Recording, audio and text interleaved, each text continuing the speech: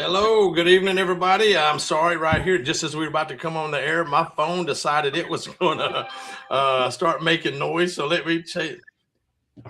That off. And so, anyway, hey, this is Veteran Voice Sports Voice Podcast. Welcome to the show, everybody. Normally, I have myself and my guy Ian McCants, but you know what? Ian is Ian has got a little injury, and it has really knocked him down. So my thoughts and prayers with him, and I'd like everybody else's thoughts and prayers to be with him also. Please, but you know what? I got me someone that stepped in and filled these shoes right here. I got my guy Chris Pugh, who does We Talk Ball, Dog Talk, and he's not a veteran, y'all, but he is the son of Glenn Pugh, who is a 30-year Air Force veteran. And Mr. Glenn, I salute you for that, sir, because there's no way in hell I could do 30 years in no man's military. So hats off to you, sir. Chris, welcome to the show, sir. Thank you. Man, how you doing, Pops? Everything going good? Doing all good, man. How about you? How's everything going on your end, big guy? I'm honestly not good. And let's hear it. Yeah, I'm not good. You know what's I'm surprised you haven't texted me about it today. It is wild to me in the year of our Lord 2020 or 2026. He going to the year of our Lord, folks. That we have robots, we have AI chats, we have these phones right here that's like computers in your hand. That's right. I mean, you can literally do anything on them. That's you don't even need a computer. But I, at 7:15 p.m., cannot watch a top 5 matchup of UGA Georgia Tech because it's not on freaking TV or streaming anywhere. Are you kidding me? Are you serious? I didn't even go looking for it because I just assumed you were going to have it on and you were already going to tell me. Nope. And you know what? I'm ready to take my punches right now for you because Georgia put an ass whooping on Arkansas that last. I mean, I wasn't even trying to bring that up. No, but you know what? I got to call it like it was. Georgia beat Arkansas's ass like we stole something. I'm just saying right now. Ain't it crazy though? I can't watch it. It's top 5 matchup Tuesday night. Top 5 matchup, man. That's crazy. That's crazy. You know what? That just shows you something. You know, I guess the money hadn't got involved yet in baseball. Yeah, I'm not sure what's going on there. We put a man on the moon in like the 70s, and I can't even watch a baseball game. Yeah, we just flew like 4 of them around the moon or something like that right here. Yeah, you know, they took all the trip. I bet they could have watched a game in space if they wanted to. I bet they could too. That's right. Well, hey, fortunately for us, the show's not about the Georgia Tech game, but y'all tune in tomorrow with me for Chasing Omaha at 6. I believe it's going to be 6 p.m. if I'm not mistaken, Eastern Standard Time. Because you come on at 7, right? Dog 7. Talk at 7 after Chasing Omaha. Yep. Okay. All right. Well, so I'm gonna have Chasing Omaha. I'm gonna have a fellow Georgia Tech guy, Kennesaw State graduate, absolute badass, Arthur Ronnie Bruce, who was an Army veteran, 3rd Battalion, the 1st and 509 Parachute Infantry Regiment. He is going to be on. He is a Georgia Bulldog fan. Georgia Tech man. And we're going to talk a little bit of Georgia Tech ball, and we're going to see how that game turns out tonight. So I will definitely have the scores for that game tomorrow on Chasing Omaha. And then right after my show, guys, y'all catch my guy Chris right here at Dog Talk there. But Chris, you know how everybody talks about quarterbacks, and you know everybody, you know the average fan just thinks they just magically just develop overnight, and you and I both know they don't. You know, some quarterbacks, they can be products of a system, or some are just hella good athletes. You know, and there's one of those quarterbacks we're gonna throw on here. There's actually a couple quarterbacks like that on this list that I have. But they are all developed, and they're all ran by an offensive coordinator. And, you know, last week, you and Austin did a show ranking head coaches. And it got me to thinking, it's like, you know, there's a bunch of new coordinators walking into new quarterback situations.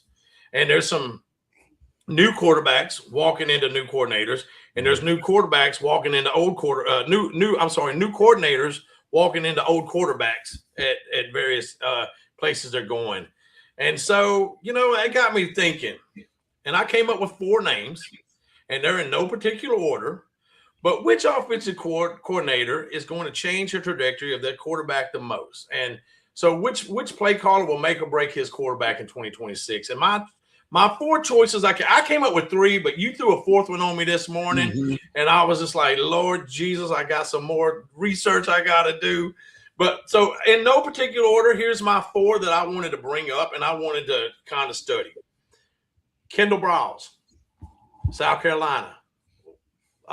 Lenore Sellers, quarterback. Very intriguing. Another intriguing one, Jason Beck, Bryce Underwood at Michigan. That's very intriguing to me. Now, there's another one on this list, or there's a couple, but this one right here intrigues me the most because I don't think people see what he's walking into and what he's put around him right now. Bobby Petrino, University of North Carolina quarterback. I'm pretty certain I know it's going to probably be Billy Edwards Jr., who transferred in from Wisconsin. He didn't play much last year. He got hurt in the first game and tried to come back the second game, and he didn't come back and play. But he had some hella good year at Maryland before he transferred to Wisconsin. But Bobby Petrino has very quietly put the right people and got the right athletes around him, in my opinion. And then the name that you brought up, and I'm going to let you lead in on this, and I learned a little bit about the guy, but Buster Faulkner, OC at Florida, and there's a couple of quarterbacks there that can be there. I think Jones Jr. and Philo are the two that they're going neck and neck right now. Of course, if you followed Faulkner, you know he was at Georgia Tech and what Haynes King has done. So, so let's start with that, so let's start with Kendall Browse. He's experienced. He's been around the block a few times. He was hired in December 2025, I believe, by South Carolina. He had offensive coordinator roles at TCU, Arkansas, Florida State, Houston, FAU, and Baylor. FAU, people don't realize, but the head coach was Lane Kiffin, and Kendall got to call his own plays. That says something right there. It does. So, and Browse loves that warp speed. He loves the wide splits. And the reason why people go, why does he like the wide splits? Because he's going to make that safety either A, play that receiver, or go have to play the run. And either way, he's got a mismatch somewhere, right? He's got the RPO and a deep choice. That's kind of his deal. And he's got, he has a versatile run game. But he simplifies decision-making because he already tries to put the defense in a disadvantage for his guys. So for his quarterback. At South Carolina, with the Lenore Sellers, I'm very intrigued with this. I can go back, with Josh Hoover. He had a school record passing yards in 2024 of 3,924 yards. Chandler Morris was also over there at that time and learned under him. And we know what he did at Virginia. At Arkansas, Felipe Franks, KJ Jefferson, both of those guys excelled under him. And I will dare say that KJ Jefferson, he just wasn't the same once he left Kendall Browse. And maybe the best thing he should have done was transfer to TCU, but he didn't. He chose to go somewhere else. And in top 20, and I think in 2022, Arkansas had a top 10 national rushing attack. At Florida State, when he was there that one year, they had been 103rd ranked in offense. He brought them up to 403 yards a game there. At Houston, people forget about this, but I forgot about it. Derek King, he coached him over there. That kid had a hell of a 3,700-yard, 50-touchdown season in just 11 games. They were top 10 national average. And, of course, FAU, you can say all you want to about FAU, but Lane Kiffin letting you call your own plays, that's all I need to hear right there. And in Baylor, this is where he grows up under his dad. He goes, and you kind of, there's a little bit of nepotism here. But you know what? The dude earned it. He earned it. And so, so with that being said, I want to get your opinion on what you think. How do you see this playing out in South Carolina? Yeah, what I wrote down in my notes, Pops, is and I'll be interested in your thoughts, but it does seem like Browse and Sellers, like it really seems like this offensive scheme is perfect for a quarterback like Sellers. That was what I wrote down. I'm not the X and O guru. I don't know much. So I guess I'm gonna kind of ask you, because it does rely on like the run game, like the power run game, right, to kind of open up the explosives, or Right. Well, he does, but then he's also very good. He's very good at like the wide splits, yeah, making sure that safety is okay. If that safety is playing that receiver out here and not playing the run, then he goes to that power run. He goes to the RPO yeah. like that. So So similar to the veer, so basically the Tennessee offense and the Baylor offense from back in the day with his yeah, dad. you could even call this the veer and spread if you Yeah, wanted yeah, to. the veer, yeah, Yeah, okay, like that. yeah. I mean, Absolutely. to me, it seems like this is a perfect match made in heaven. My only concern, and I know this isn't, quarterbacks. I'd be curious your thoughts on that too. Is how does this offense allow him to scheme around an offensive line? Because I found this interesting nugget. Sellers has been pressured on 43% of his dropbacks. So Right. it's almost half of the time of his, taking dropbacks. He's under pressure. So does this offense allow him to work around that? Well, here's the thing. One thing with Browse is the one thing that Browse do. So the major benefit for Sellers is this is going to be a shift from a complex pro style read to a more instinctive. I see it. I'm going to throw it system. Right. He's going to simplify the progressions. Right. Yes. Browse is going to use that post snap RPO reads. That's going to allow Sellers to play faster and with less hesitation than which is the previous season. This is going to be more like that 2024 season under was it Doggins or Lyles? What was that? Doggins. Doggins, yeah, absolutely. Loggins. It was Loggins. Loggins. Yeah. Yeah. Yes, it's going to be more like that. Honestly, that's what I see. And I'll be honest with you. I found a statement from Lenore Sellers that he kind of feels that already. He feels like this offense is more like it was 2024 and that he can play like that. So, Sellers, he's been rushed, but, he's historically excelled against the blitz. And Brown's system is going to leverage that by using space to force defenses into clear-cut blitzes or coverage looks or giving Sellers an obvious hot read. So, if that safety goes out there on that wide split and he knows, okay, I'm going to do inside run or RPO, I'm going to pull it, I'm going to go. Or and also too, one thing that Browse is really good at is motion, is bringing a pulling guard around in case he does pull that ball, then he can go. But if that safety stays and says I'm going to play the run, now Sellers has got that receiver on the wide split there that he's got a receiver that's going to be one-on-one. And all he's got to look for at that point is make sure if you're in cover two that it's a shell cover two and you don't have a cloud, meaning that that corner's going to break off, safety's going to come over the top. So that's the things that I think Sellers has been around long enough that he's going to pick that up.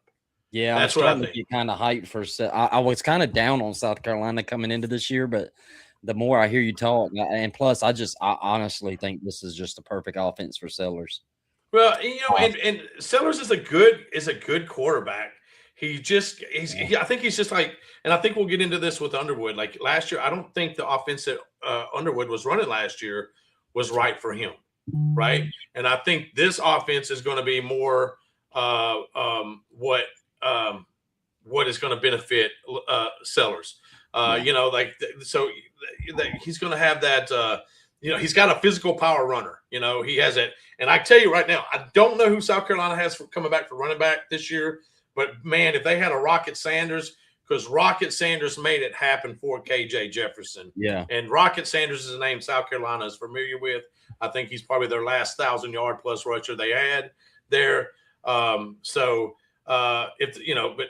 the defenders stay back and respect the pass, Sellers is going to have designed runs up the middle.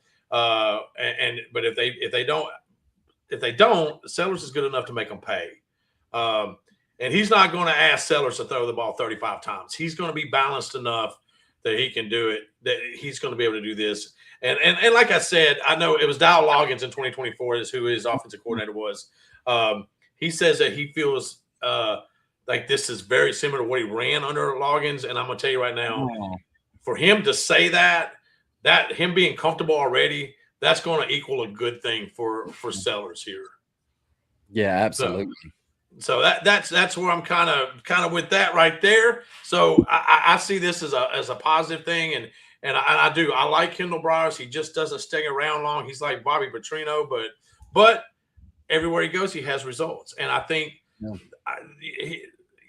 with Sellers here, I don't know how he's got a strong arm. I don't know if his passing shows up as elite, this kid could be looking at the next level somewhere. Yeah, for sure.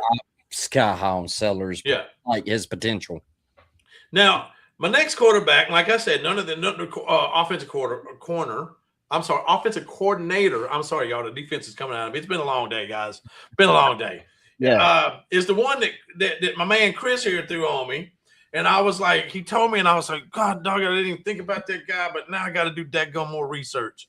And that's going to be Buster Faulkner, Florida. And his starting quarterback will either be Aaron Philo or Tramel Jones Jr. Everybody knows what Faulkner has done, did with Hayes King at Georgia Tech. This guy's been around, man. And you know what? And Chris, I tell you what, I know you know more about this guy, but everywhere this guy's gone, even when he played high school ball himself, he's a champion, man. He's a winner. He's a damn winner at Arkansas State under Blake Anderson, a winner. Let me make sure I got all his list right here where all he's been. Valdosta State, he played there. He was an All-American. I was just like, man, I did not realize, all this guy. And of course, last year he was the 2025 Football Scoop Offensive Coordinator of the Year.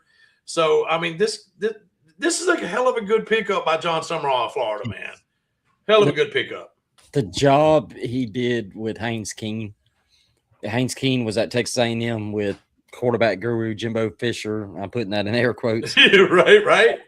And when I went, I remember vividly watching Haynes King at Texas A&M, and I was just like, this dude is just like, all right, I'm a Georgia fan, as everybody knows. When he transferred to Georgia Tech, I was pretty excited as a Georgia fan because I was like, this dude is not it. I remember that, dude. Yeah, I'm not a quarterback guy, but and I don't know, releases and mechanics and all that stuff. But like when he was at A&M, he had this weird mechanical thing. I remember Aaron Murray actually did a whole video breakdown back when he was the Aggies, and it was like, I mean, he was just talking like this kid is, I don't know who's coaching him, but it's bad.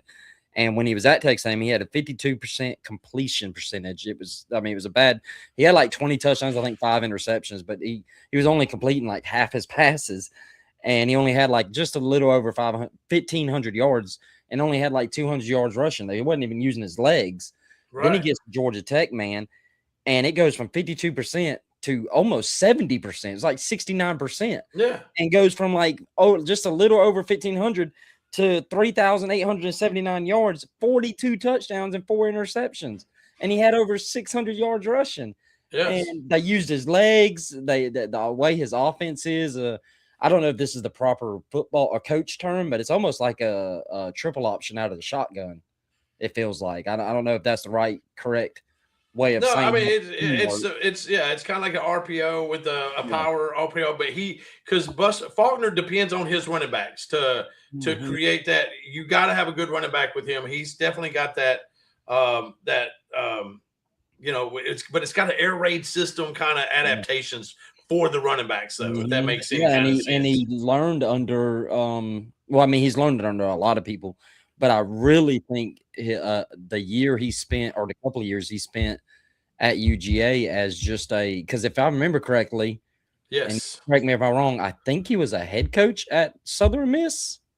I believe. Let's see.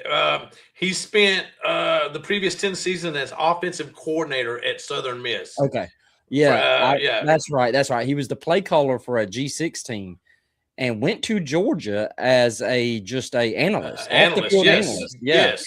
And from everything I've understood in Athens, he took that because he felt like he could learn at UGA. And then also Monken was there, which everybody praises Monken, the job he did in 21 and 22. And he was also a lot of non-Georgia fans don't know this, but he was, if you don't know, Stetson and Monken didn't. Yep. Right. He was the buffer. He was Stetson's guy.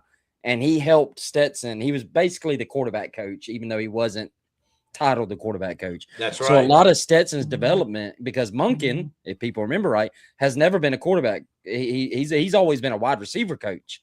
Right. So Buster was brought in to help with Stetson and the quarterbacks, and we saw what Stetson did.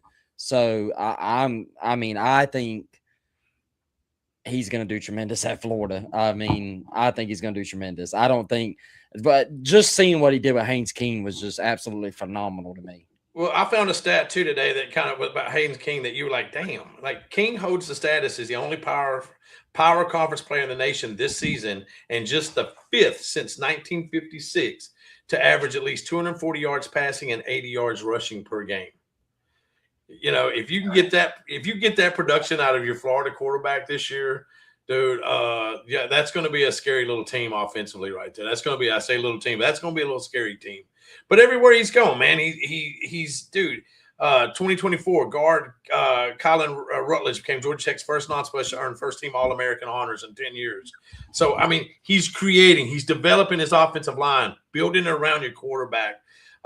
You know, Faulkner's a winner, man. He's won 2 national titles at Georgia 2020, 2022 through 2022. He also won a national title in a lower classification. He was, like I said, you know, he's an All-American, you know, an honorable mention All-American in 2002. He went to Texas A&M Commerce for his senior season. He set 10 school records in his lone year there, throwing for 2,861 yards, 16 scores. And you said he played at Valdosta State, right? He did. He played at Valdosta State. Yes. He's a graduate of 2005. Yeah, Valdosta State's 45 minutes from me. And yeah, for anybody that don't know, Valdosta and they State's used to be a power back then. Yeah, they used to be I think that's where he won his national championships through there. And then, you know, but I said, like, it's an interesting, I definitely found an interesting tidbit on him. Faulkner was a 3-year starter quarterback, and this is your neck of the woods over there, Parkview High School in Lilburn, Georgia. He led the Panthers to the 1997 Georgia 4A state championship. It was their first state title in school history. In 2024, he and his son Harrison became the first father-son duo to win Georgia high school state championship starting quarterbacks. So when his son led North Oconee, is that how you say that, to 4A state title? So yeah. So the man's a winner, and everywhere he goes, he makes his players better and he elevates them. And you know, I'm curious, you know, how this, you know, his offensive style he designs, he fits around his players that he has. That's why he does. His system is around that air raid system, but with adaptations for the running backs. So it's hard to say what he's going to do because I don't know which quarterback is going to win this race. Because supposedly, and even you said today, you told me, you're hearing it's neck and neck. Mm-hmm. So, but whoever wins that race, they're going to be better for it with Buster Faulkner, Coach Faulkner, as their offensive coordinator, in my opinion. I agree, especially with the running backs they have coming back at Florida. I think it was absolutely massive. They kept I shouldn't have said it without remembering his name, Jaden Ball, I think. Jaden Ball. Okay. Yeah, the running back they had, who was a big-time running back last year in the SEC. I think that's going to help his system with whoever quarterbacks the Gators this year. Right. Well, then this moves me on to the one that interests me the most here because of I'm familiar with the guy because of where he's coached and where he's been. Hell, I mean if you're in the Southeastern Conference, you're familiar with the guy. Like if you're in Louisville, you're familiar with the guy. Bobby Petrino. You have to, you know, I can go back here. He's one of the best quarterback developers. You know, he's got to be easily one of the top 10 quarterback developers. I mean, you got Lamar Jackson, Ryan Mallett, the late Ryan Mallett at Arkansas, Tyler Wilson at Arkansas. You know, heck, what he did with Taylor Green at Arkansas the last 2 years. I mean, Taylor Green's going to be a draft pick probably somewhere here in this deal. Everybody knows, you know, he is high octane. Everybody thinks, you know, it's high octane, this, that, and the other. Mm-hmm. But what people don't realize about Petrino is, and what's got me, I'm going to tell y'all right now, and I wish, so at Arkansas, when Houston Nutt left, we had a quarterback, Casey Dick. He got to play under Petrino and his last year there. And Petrino, Casey Dick had more passing yards that one season than he did all 3 yards combined there. But, you know, but he forces you as a quarterback, you have to think.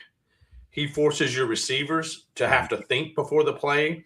There are plays where that outside receiver, he has to get an outside release. He cannot slip it inside. He cannot slip it inside. I'm going to tell you again, he cannot, because if he does, he's turning the quarterback's eyes to the quarterback. And there are about 4 good interceptions last year on Taylor Green, and I go, that's not Taylor Green's fault, because Taylor Green was throwing the ball where he was supposed to, and the receiver didn't run the correct route to get the cornerback out of the area. Things like that. He forces offensive linemen to think and running backs to think pre-snap. So you got to have a quarterback that's going to think. And I like this guy, because like this, he everywhere he's gone, he's got players, man. Lamar Jackson, we know what he did in 2016, Heisman Trophy winner. The late Ryan Mallett said Tyler Wilson. He also coached a trio of national award winners: Joe Adams, 2011, Johnny the Jet Rogers Award, DJ Williams, 2010 Mackey Award and Disney Spirit Award, Jonathan Luigas, 2007 Remington Trophy candidate. So he knows how to put the pieces together to protect his quarterback and to open up his offense. So look, in 2025 last year, Arkansas went 2-10, and I know you joked about it last year. Arkansas was like the best 2-10 team in all of college football last year. But they ranked 19th nationally in offense with 454 yards a game. The Razorback averaged 32.9 points per game and scored 30 more points in 8 games during the season, and that's against an SEC schedule. But we had an offense that ranked 121st. A defense that ranked 121st that did nothing. And Arkansas was second. Let me say it again: second in the Southeast Conference in red zone efficiency, and 18th in the nation on scoring 97.7% of its chances in the red zone. They surpassed 500 yards of total offense in 6 games in 2025. So he can do, but he's got to have quarterbacks that are going to be able to pre-snap read, and he's going to do that. But he's got me interested because, man, when I started doing some digging, Chris, I found out some things. Mm-hmm. Coach Belichick, he let Bobby Petrino pick his offensive staff, and one of those guys he picked was his wide receiver coach, and that was Garrett McGee. Garrett McGee has been his offensive coordinator in the past at Arkansas. Garrett McGee has followed him a little bit of everywhere, and he was influential in developing quarterback Ryan Mallett at Arkansas and Tyler Wilson at that also too. And then he got a bunch of key players that he went and got. So quarterback Billy Edwards from Wisconsin, he was a Maryland starter in 2024, and he missed most of last year with a knee injury at Wisconsin. He only played 2 games, and he didn't play again. But he got Miles O'Neill from Texas A&M as a quarterback. He recruited him while he was at Texas A&M. He got an offensive lineman from Arkansas, Shaq McCoy, that knows the pre-snap reads and everything else that Petrino's going to ask for. And then he got this receiver, Mason Humphreys, out of Lehigh, who had 35 catches for 650 yards as a junior. Remember I was telling you he needs smart receivers so they can You don't get in an Ivy League school because you're dumb. And then there was already a tight end on the roster that came from Arkansas that played under him one year, Shamar Easter, Arkansas. So I'm interested. And you're right. And we got Jamal Billy Edwards, a big body, kind of reminds me a little bit of Ryan Mallett. Not quite as big, but he's got that arm. But they also have an X factor. They got Teron Dickens out of Western Carolina, and if you hadn't seen his highlights, wow! I think this is going to be one of those kids that kind of like a Taylor Green that Petrino is going to maybe try to build up for this upcoming, not this year, but the next year. This kid threw for 3,500 yards last year, 38 touchdowns, 2 interceptions, and had a completion rating of 74.2, a completion percentage. And he added 321 yards rushing and a touchdown. So I love this. I love this because Petrino is going to want you to recognize those cover 2 shell or the cloud coverage. And if you see a cloud coverage, and you got to hit that 2-hole shot, and you got to have a quarterback with a strong arm to fill it right between that corner and that safety.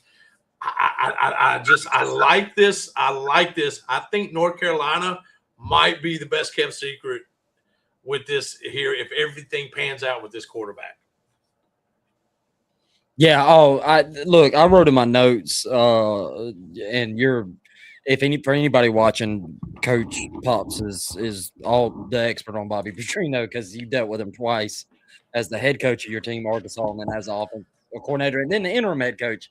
But yeah, I literally wrote in my notes that does it even matter who the quarterback is as long as Bobby Petrino's there? I mean, I wish people it really we're 30 minutes in. It really pisses me off how much Arkansas's offense don't get talked about because that offense I actually looked at the numbers the other day. It was absolutely just bonkers elite in the advanced stats. Like, oh yeah, it's crazy. Bonkers elite. And it doesn't get talked about because they won 2 games and the defense was just complete trash. And so I look, I ain't the biggest Bobby P guy, but as far as an offensive coordinator, which is what we're talking about, to me, he's the best in the country. He's up there. You said top 10 earlier. I would say top 5. I mean, I think North Carolina's got a lot of issues. Bill Belichick, his 16-year-old girlfriend, whatever. He's got his issues there. But one thing I'm fairly confident in, Bobby will turn that thing around quick. The offense won't be a problem. Yeah, I agree. And like our guy Jamal on the Athletes Forum podcast, opening up in Ireland versus TCU, that is an interesting game. And you know what? And I hate to say this, I have no idea who TCU's offensive coordinator is right now at this point because I just focused on Browse going to South Carolina today. But Petrino, man, Petrino makes people – you got to be smart. People just think, oh, it's hot. You have to be smart. You have to – even the offensive linemen have to read what's going on. And there's a play that I put up, and I had some plays to show where receivers had to do certain things. But as Chris pointed out, that would get us shut down because it would have been a copyright infringement or something there. So you want me to pull up that one? So I can't do that. So I'm going to pull up this one right here, and I just pause it real fast as soon as it comes up. When you just play it to where it comes up where we can see the offense and defense real fast. Okay. And then I'll pause it right when we get to the – yeah. And no idea. Okay, right here. This is a 3rd and 1 play. Number 44 there at fullback is Broderick Green, and Trey Wingo is in the tailback position right there. Everybody and their brother is sitting here thinking, and Petrino has said, this is 3rd and 1. I've got 2. Broderick Green was like 240, and I mean, he was built like a Sherman tank. And so, but Petrino said, hey, if they start coming up with that box, they put 8 or 9 in that box, we're going to pass block, and Mallet, do your thing. Chris Gregg, you do your thing. And so the linemen, instead of going out blocking for a run, which means they're going to start pushing off, they see what they see, and then they start pass blocking in a sense, a spread pass block. And if you'll see what I mean, if you push play, Chris, just a little bit and watch that safety start easing up, see them ease up, and see how they come up. No one even bit on the tight end coming out. And he went in with a piece of cake in his hand. Like you can't, but if you can rewind that just a second. Well, I'm sorry, we can't. I wish we'd stop. But if you see what the offensive lineman did, the offensive lineman just spread out and pat. They didn't shoot off of the line like they would have. It would have been a 3rd and 1 run play. Now, if the safeties would have stayed back, this would have been a 3rd and 1 run play. But that's what I mean. The quarterback has to see this. The tight end had to see this. And the offensive line, the center had to see this. See what everybody did right here? They stayed at their spot because they saw what they saw and they knew this play was wide open. That's what I mean when Bobby Petrino makes you have to come to the house with you have to be smart. You can't just put anybody in here. You got to have and I'm not trying to be mean, but you got to have a little bit of IQ to play under Bobby Petrino.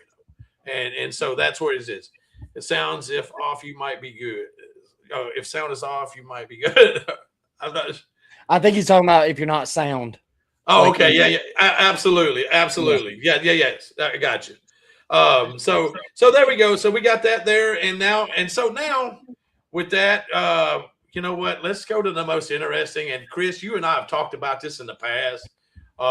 This guy right here, I just don't know about. I didn't catch this guy until he was at New Mexico, and when you start doing things at New Mexico, things just I'm sorry if you're coaching and you're lighting up numbers in New Mexico. Yeah, dude, you getting somebody's attention. If you're making Devin Dampier look like a competent quarterback, you're doing something. Exactly. Okay, I didn't want to go that way, but we can go that way. But but this guy's intriguing, man, intriguing. And you know what? He's got an elite talent he's going into. And this offense, man, he is like seriously. This is, man, you can't get no more than this is power spread. Like however you want to do it. It's run heavy physical. And what's so cool about this, like, at Utah, they averaged 40 points a game last year, man. This is it's a downhill run, but with 80 to 90% of these plays are going to have an RPO tag on each play. And I'm going to tell you right now, if I'm Bryce Underwood, I am like, thank you, God, for bringing this coach to me this year. And if I am Coach Beck, I'm sitting there going, thank you, God, for giving me the talent of Bryce Underwood to work with. Because I think by far this is probably the best, most talented quarterback that he's probably had a chance to work with. And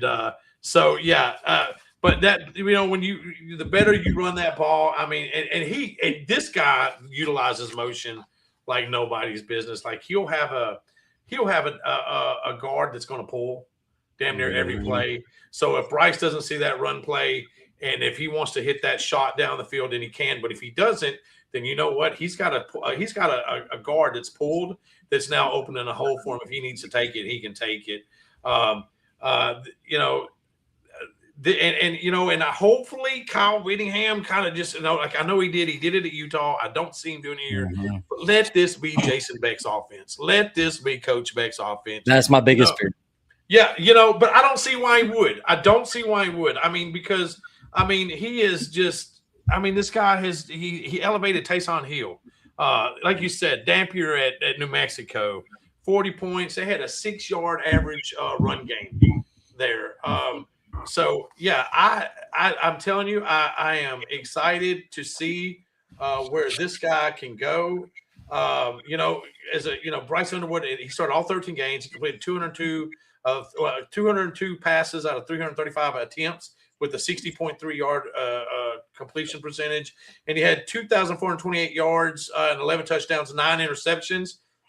This run game ought to bring down this kind of run game. This says I think should help him not have to, pass, take those chances late in the game. I think this run game is going to open him up. And I think that's going to bring down his interceptions this year. He had 6 touchdowns, 88 carries, and he was Michigan's Rookie of the Year. And Jamal, I'll agree with you 100%. Since Denard Robinson, untied shoelace, Denard Robinson there, I don't think they've had a quarterback that is this mobile. So I'm excited to see what this guy he's going to do here with this. I think he fits in with this, and Bryce Underwood is elite enough passing wise. He can make these deep shots because if he forces you. If he's going to force if the defense has to honor that run game, which I think they will this year, then that is going to open up the pass game for them. And here's the thing. Underwood's good enough runner to make you respect his run game to open up the pass for him also. So, yeah, I like where we go with this. I literally wrote down that because I think the biggest concern for most Michigan fans, a lot of them are overreacting to a spring game. Because Bryce Underwood apparently didn't look great during the spring game and looked like his mechanics were still kind of a little off, but it's just a spring game. I wrote down in my notes that let's just pretend there's a world where Bryce Underwood doesn't develop into the passer we all think he can be. Let's just pretend he doesn't. even if he doesn't, I'm confident Beck's going to get the most out of him because of that run game, what he does in the run game, and using Bryce Underwood's legs. That I think it's going to help him tremendously, like you said, open up the pass game and make things easier for Bryce Underwood. And I don't think you can find two guys in the college football space other than Michigan fans that are more excited about Jason Beck and Bryce Underwood than me and you. Oh yeah, absolutely. And look, correct me if I'm wrong here, but I went up here looking at they got Jordan Marshall running back the hammer, that downhill game. He's going to benefit with these pulling linemen here. Andrew Marsh should be the true number one option for that. You got J.J. Buchanan there. You got tight end Hogan Hansen is probably going to be a big. He's going to be a big I wouldn't say question mark, but his play is going to be important because he's going to be protecting. Because he likes to run a bunch of 12 personnel, right? 2 tight end sets, and he's going to be used primarily as a blocker and target on the wheel and arrow routes. So that's going to be big in those. If you catch the right defense, that wheel route will open up and then left tackle Blake Frazier is going to be big because that's protecting Underwood's blind side there. And they're going to, but the thing that's going to be different here, they're going to do a more gap blocking system here instead of that zone like they did last year. And me personally, I think anytime offensive linemen can do gap blocking and get after their guy or get traded, it just benefits them better because they're not having to sit there and kind of wait for the play to come to them at times. So yeah, and yes. Michigan's schedule is brutal, but yeah, I actually have it right here, Pops. If you keep talking. Yeah, let's take a look at it because whose schedule ain't brutal, but yes. Let's see what we got here. I think this one's kind of extra brutal. Let's see what they got Oklahoma at home. That's right, I remember that. Let's see, they got Iowa at home. Yep. Penn State at home. Indiana at home, Michigan State at home, UCLA at home. Okay. They got a lot of their tough games at home, but they are at Ohio State. And Oregon. Yep, Oregon there. And you know what? Minnesota with second-year quarterback Lindsey there, Drake Lindsey. That might be a little bit of a tougher out than people give credit for. Just between Oklahoma, Indiana, Oregon, and Ohio State, that's 4 playoff teams. From last year, yeah. Yeah. But you know what? That's hey, Kyle Whittingham, Coach Whittingham, welcome to the welcome to, that's what to you the pay Big Ten. for. That's what you pay for, baby. That's what you pay for. Well, so now we've kind of gone through our list, and we're like 43 minutes into this, Chris. Out of those Kendall Browse, Bobby Petrino, Buster Faulkner, and Coach Beck, Jason Beck, which quarterback is going to be the one next year? Who's going to be like, after we had this conversation, we're going to be like, that's the guy, right? Well, we talked about it and this happened. Which one? Or which one is going to be that guy like, this ain't going to work out? I mean, you want to, God, so much of this is also based on, like we talked about, the whole premise of the show was who your coordinator is. And I want to go Bryce Underwood because it's Bryce Underwood, but I'm going to go back to Bobby P, man. I'm going to go back to whoever. I'll be totally transparent. I have not dug much into North Carolina. I don't know much about Billy Edwards Jr. yet this late in the offseason. But I'm just so confident in Bobby P getting the most out of the quarterback that I'm just going to have to go there. I wanted to go Buster, but Jamal's watching, and I refuse to give any more for it. I've given way too much. The man's got Gator fans DMing me how much they love the show because of how much I'm hyping Gator fan, and I'm done with that. So I'm not picking Buster if you want to pick him, but I'm going to go Bobby P. Whoever he quarterbacks, I think. Well, I'll tell you what. Let's do this. I'll help you out here a little bit. So, in 2024 junior season at Maryland, Billy Edwards Jr. He started 11 games at Maryland, ranking second in the Big Ten. with 261.9 passing yards per game. He ranked 4th in the conference with 273 completions. He threw for 373 yards for 39 of 50 passing. Maryland's win over USC, becoming just the second player in the Big Ten in 2024, and the second one in the conference the last two seasons with 350 passing yards and 35 completions. And the guy that was in the same talk was Dylan Gabriel, Oregon, right there. I remember seeing him playing. Right. Wow, so that's interesting. Yeah, and he threw for 250 yards in his first 7 games of the season that year, joining C.J. Stroud as the only Big Ten quarterback to do so since 1996. And like I said, he played 2 games at Wisconsin when he transferred there. He was injured in the season opener against Miami, Ohio. He attempted to return on Maryland, but could not do it, and that was the end of his season there. So, Pop's question: which one of these coaches is a head coach next year? Oh, good question. I will answer that. Give me 1 second because I'm going to go with my pick, and I'm going to tell you right now. Billy Edwards, looking at him, he reminds me a little bit of Ryan Mallett. And if he has got the brain that Ryan Mallett did some dumb things in his career, in his NFL career, bless his heart. But I got to know Ryan, but he was young. I got to know Ryan. I had a very good, cool memory of Ryan when I was at University of Arkansas, and he was one hell of a coach, high school coach here at Arkansas. Yeah. And I tell you what, Ryan could pick anybody up with the smile he had on his face, and he was a hell of a football player. His football IQ was off the charts. And I kind of see that a little bit with Billy Edwards Jr. Mm-hmm. And with who Petrino has got in player-wise and Garrett McGee coaching there as wide receiver coach for him, I see the same thing. I think Billy Edwards Jr. or, I'm even going to go on that Teron Dixon. If he develops faster than people think, he could be like the surprise of the year of it, or he definitely surprised next year. Remember that name, Teron Dixon. You give 2 years of Bobby Petrino with that kid, that sky's the limit. So I'm going with Bobby Petrino also. Okay, and now let's get back to what's his name? Jamal says, which one of these coaches next year is a head coach? Well, I could make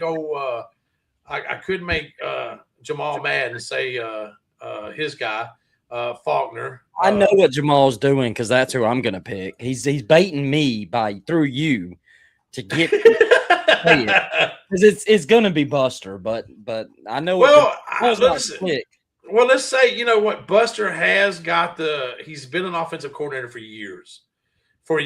He has been. Yeah. I give him that, but he's also been offensive coordinator for years. Some people are just meant to be offensive coordinators. I don't know. But you know what? What happens here? You know what? It's no secret Bobby Petrino wants another head coaching shot.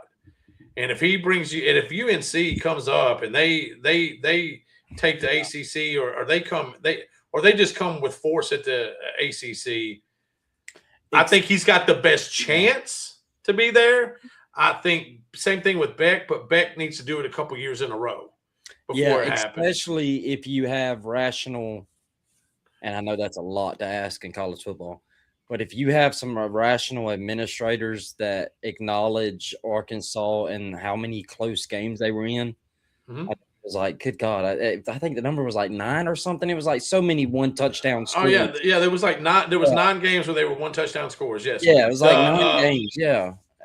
All the games they were in, with the exception of the Notre Dame game, and I think they smoked crack before they played that game. Yeah, they just got away from them.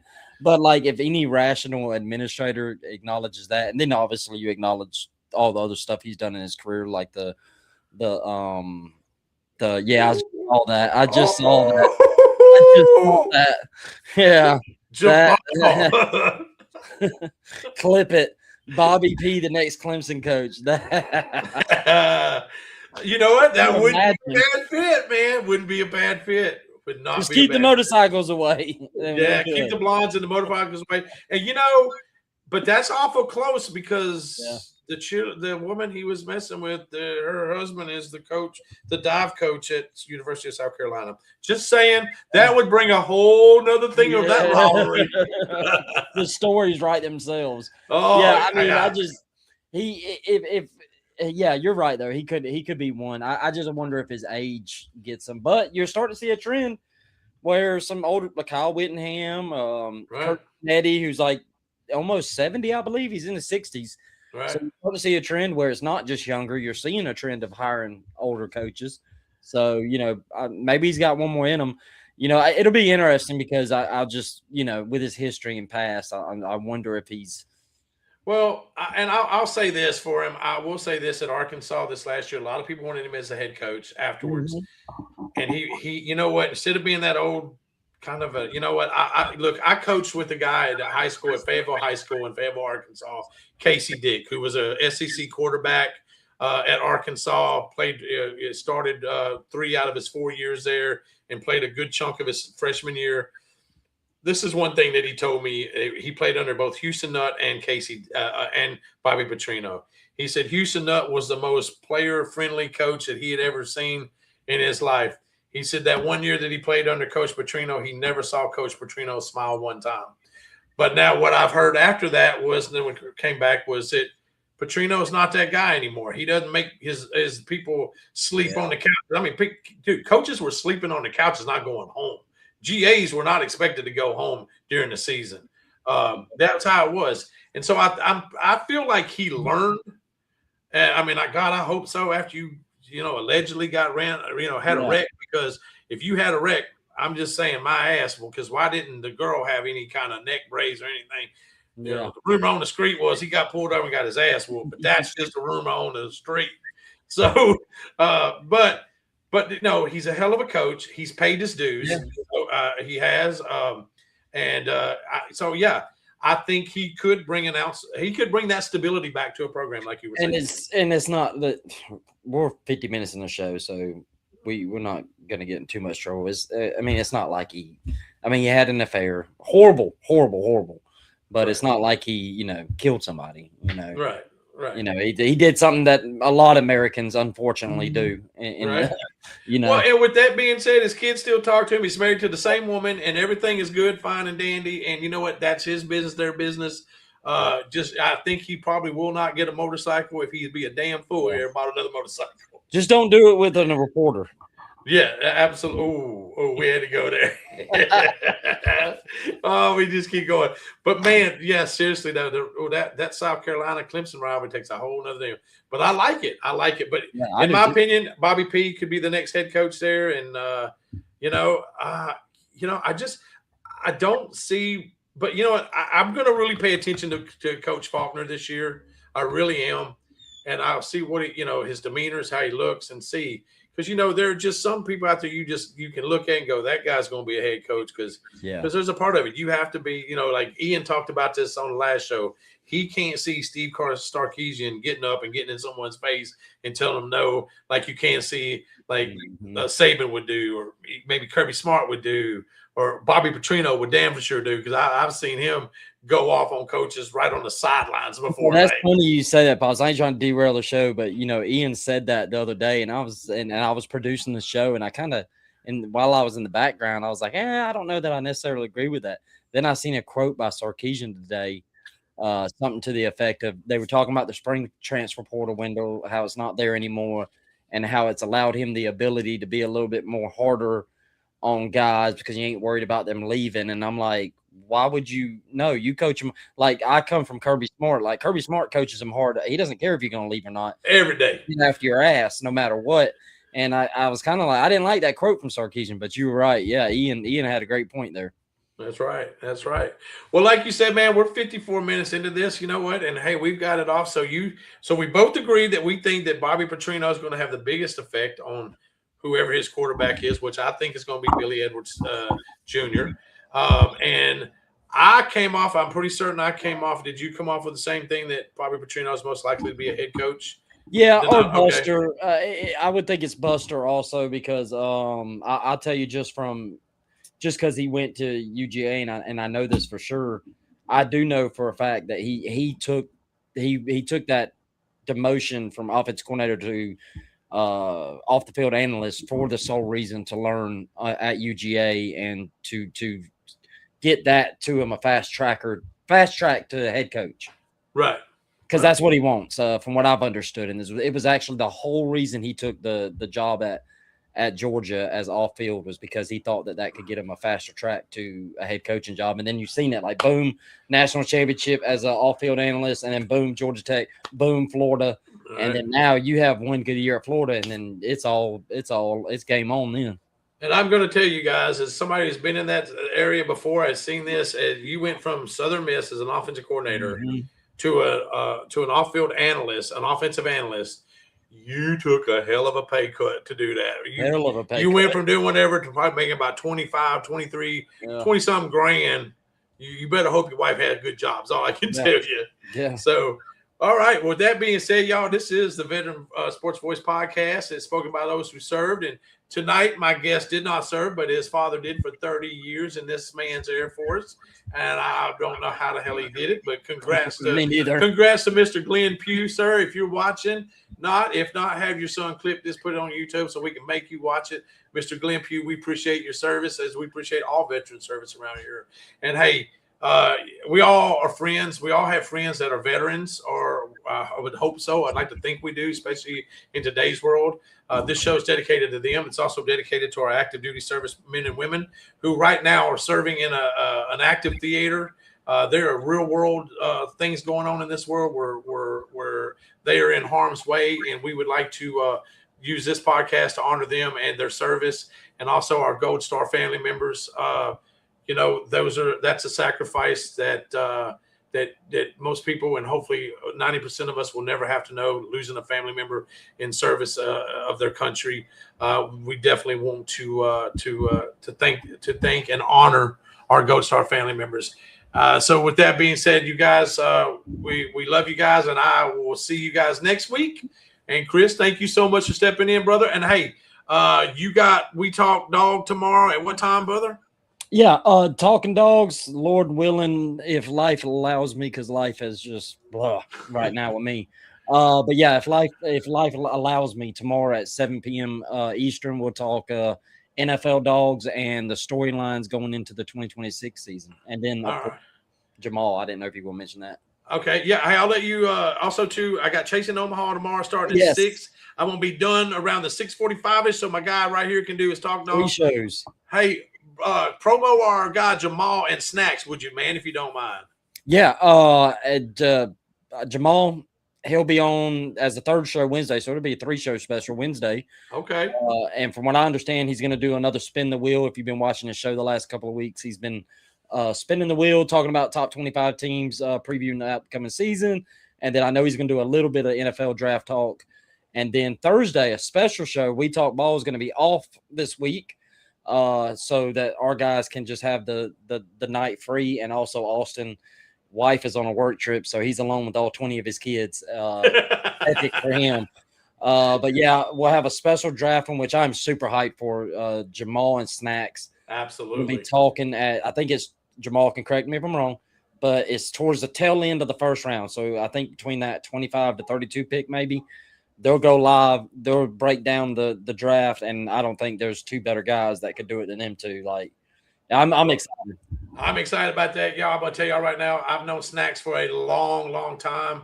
And this man knows his draft stuff. Like, he could probably put Mel Kiper to shame. And I know what Jamal's over here capable of doing. I'm going to tell you, that's going to be a hell of a show. Y'all don't want to miss out on it, guys. And with that being said, guys, I'm going to sign off. We're out of here. Salute. And to all our service members, veterans, everything. Love you guys, and see y'all next week.